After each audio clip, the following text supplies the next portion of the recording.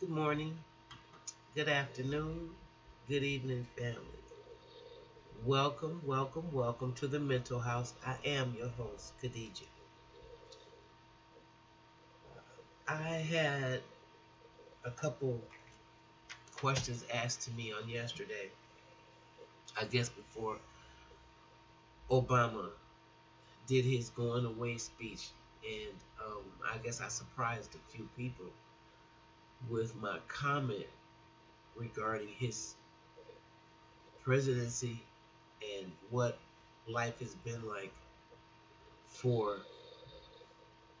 black people under his 4 year tenure. What I want to say, first and foremost, is good riddance. And I know I'm upset a few of y'all. I'm already ready to take the shots. I know you're going to be very upset. Because for some of us, Obama just represented all what we thought. Heaven. And see, and that's what happens. Everybody know they can lull us to sleep with visuals. Okay? And once Obama began to disassociate himself with us, I think he made the first move um, when the police officer, what was that, Gates? Yeah, when Gates was accosted on his porch and the police officer arrested him or whatever, and then Obama told him to come to the White House for a beer. That to me was a changing part in a changing moment, and it gave me a clear indication of what was to come. So there's this article that's in the Atlanta Black Star, and it's called "Here's What Obama Should Say Directly to the Black Community in His Farewell Address," which of course you knew he wasn't. Uh, but anyway, it goes up.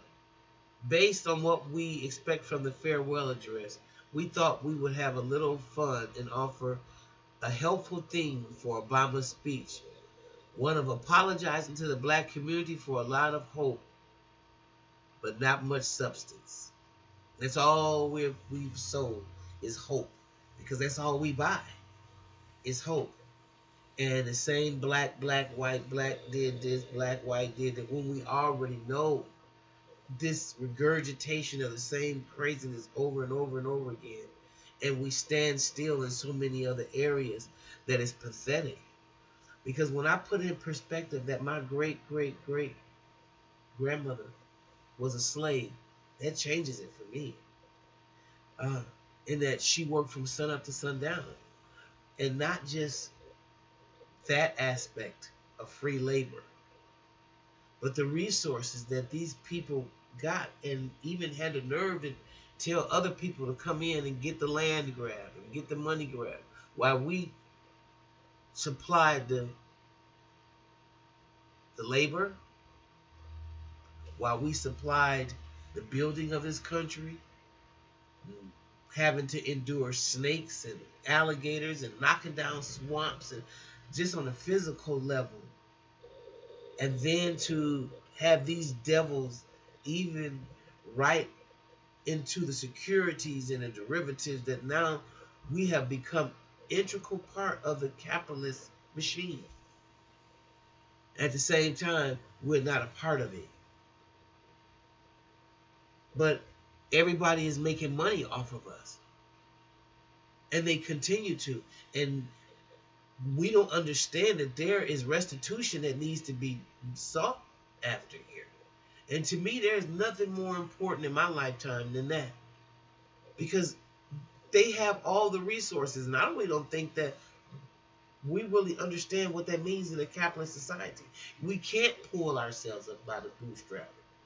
I don't give a damn how long the bootstrap is. You can't pull them up. Because they've stolen all of our wealth.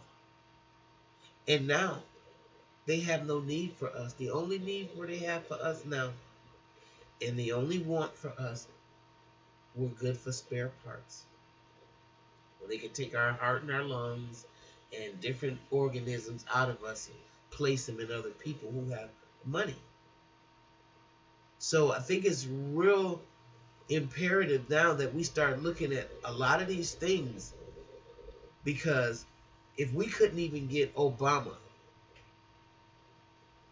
in fact, Obama said something that's so insulting. He said, "Oh well, theoretically, I think that you could probably say slavery had a lot to do with the condition of black people." Theoretically, are you kidding me? Are you kidding me? One of the things we need to stop doing is thinking that people that's the same color as us are us. Not only was Kenya not a part of the slave trade, I really think that there's really a disconnect with this Kenyan in our experience.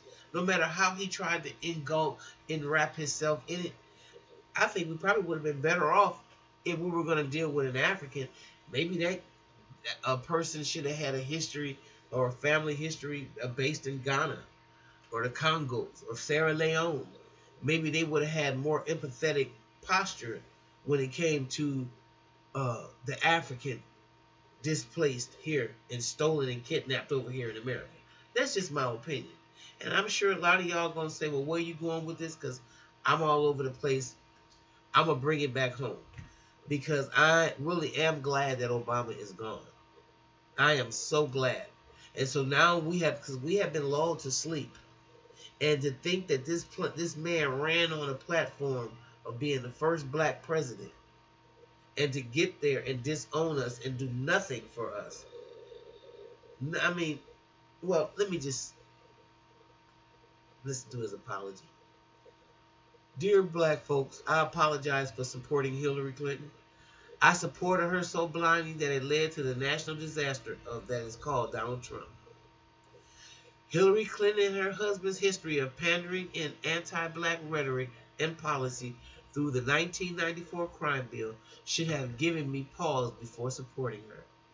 The crime bill allocated $10 billion to prison construction and ushered in a new wave of mass incarceration at both the federal and state level by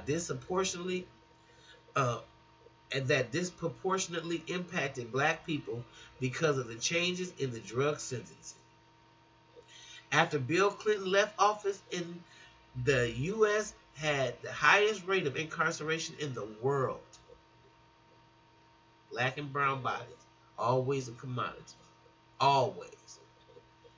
Anyway, the federal and state prison percentage increased by almost 60% while he was president. During that time, Hillary helped to sell this law into public by using racial code words like calling young black men super predators. This was obvious during the 2008 nomination process when Hillary was behind in delegates and began talking about the support she had among the hard-working white Americans.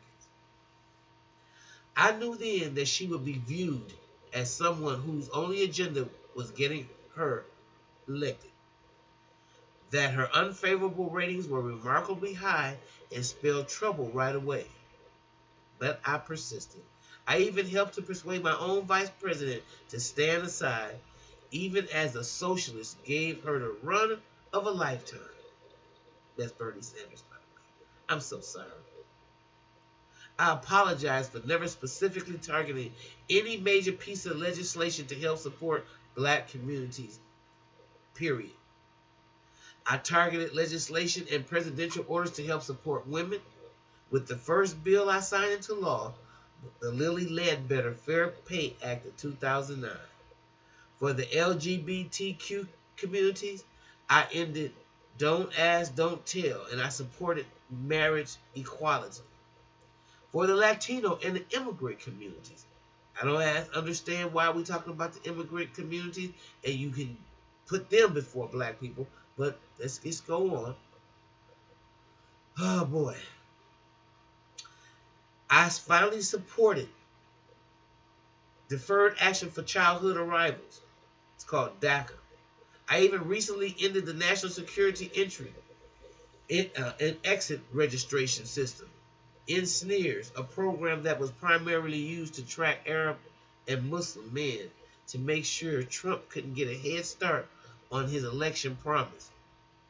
However, I always made sure not to say I was specifically trying to help the black community. Even Trump, in his own inarticulate way, has made over promises to the black community, even though we know he has no plans to implement or follow up on them. I didn't even dig up good old Jesse Jackson's rhetoric on creating a black Marshall Plan to help support urban communities. I stepped out a few times on the killing of black people by the police, but I made sure I kept it tepid as to not upset the larger white constituency. Sure, I tried to make sure my general legislation helped black people, like Obamacare, ending the militarization of local police, releasing federal prisoners convicted of non-offensive violence, of non-violent offenses. But I couldn't just say that I was helping black people or black community. I just couldn't do it. I couldn't take the weight. And I'm sorry. By the way, I'd like for you to know that a lot of these sentences that Obama commuted as well, he didn't just wipe them out. You know, people still got to do uh, some of those sentences just out on parole. I just, why couldn't you just wipe them out? Anyway, it's another story. Also, people, I'm really sorry for not breaking up the big banks and fighting for tougher Wall Street reforms. During the recession, half of all black wealth was destroyed. I know, I got caught up in that one. In 2005, 3 years before the collapse of Wall Street and the ensuing recession, median black households were worth little over $12,000. Believe it or not, this represented a great historical high point, while white median household net worth was close to 135,000. But by 2009, that is, black median household net worth was down to a little more than 5,500, while white median income by per household dropped only to 113, 149 during that same time period. However, the Justice Department and I decided not to prosecute Wall Street. Bankers for We decided not to prosecute the Wall Street bankers for destroying the economy of black wealth. Prosecuting those bankers would have signaled to all of those upset by the bailout that we were serious about punishing wrongdoers. But instead, we allow those same individuals who caused the turndown to remain on their purchase to collect millions, if not billions, in windfalls while the rest of the country slowly sloshed away on our economic despair. I did nothing. And those fat cats just got richer. And guess what? Now one of them is even president. I asked for forgiveness for expanding drone warfare in Africa and the Middle East from bases in Kenya and Djibouti. I ordered drone use in places like Afghanistan and Pakistan and Yemen. I also ordered them in places that you don't know, like Somalia and Libya. I knew they weren't exactly precision strikes. In 2012 and 2013 alone, we killed over 200 people in special operations, with only 35 of those people being the intended targets. Unlike my predecessor, I knew the "they hate our freedoms" mantra was not the basis of any Middle East conflicts with the Western world. I knew it was a history of the past and present imperialism and supporting of monarchs and dictators, and the continued militancy, logistical, and economic support of a Western colonial nation that took land. Of course they hate us. We won't get out of their land or their oil. I knew a few spiffy speeches about democracy and offering an open hand would not lead to any reset. But I didn't think America was ready to hear the truth about our aggressive behavior and that internationally we are not considered a bright, shiny beacon of light on the hill. I inherited an empire, and I tried to curb some of the more outlandish aspects of it. But I was not the American Gorbachev looking to dismantle the said empire. I just wanted to manage it a little better. Finally, black people, I apologize for just not being bold enough to challenge systematic white supremacy. Whew. See, finally I said it after 8 years and it feels good.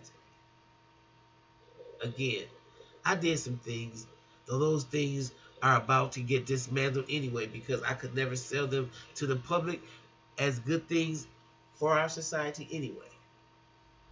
Some things I won't take responsibility for, like the racist core of the majority white electorate that would never trust me only because I was a black man. But I built strong coalition of various communities to overcome white resistance during my 2 terms in office. And I should have rallied and relied on them more forcefully while I was in office to support my agenda, to support real change, and then to back a candidate who could carry the mantle even further than I could. I should have rallied them to support a candidate who had bold beliefs to move this country, this great nation forward. My bold acts would have empowered in a candidate who also was bold, but, well, but,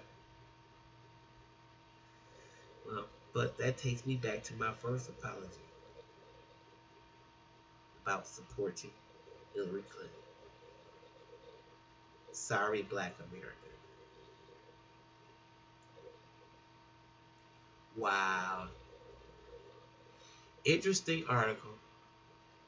Interesting article. Again, that came for uh, came from the Atlanta Black Star, and I don't know what a lot of you feel about the end of Obama's tenure, but I don't think that. I think we were lulled to sleep, and I think that there was just a total disconnect. And people like Al Sharpton, uh, all those pundits, I couldn't even believe it when I saw Toure with a show. Where are all these people now? Obama's gone, they're gone. It's deep. It's really deep. So my thoughts is goodbye. Goodbye. Goodbye. Goodbye. Now with that being said, I'm sure I tried to say it and still be loved, but you can never tell. That's just my opinion. So if you like what you hear, guys, please like and subscribe. I'll see you next time in the mental. Bye bye.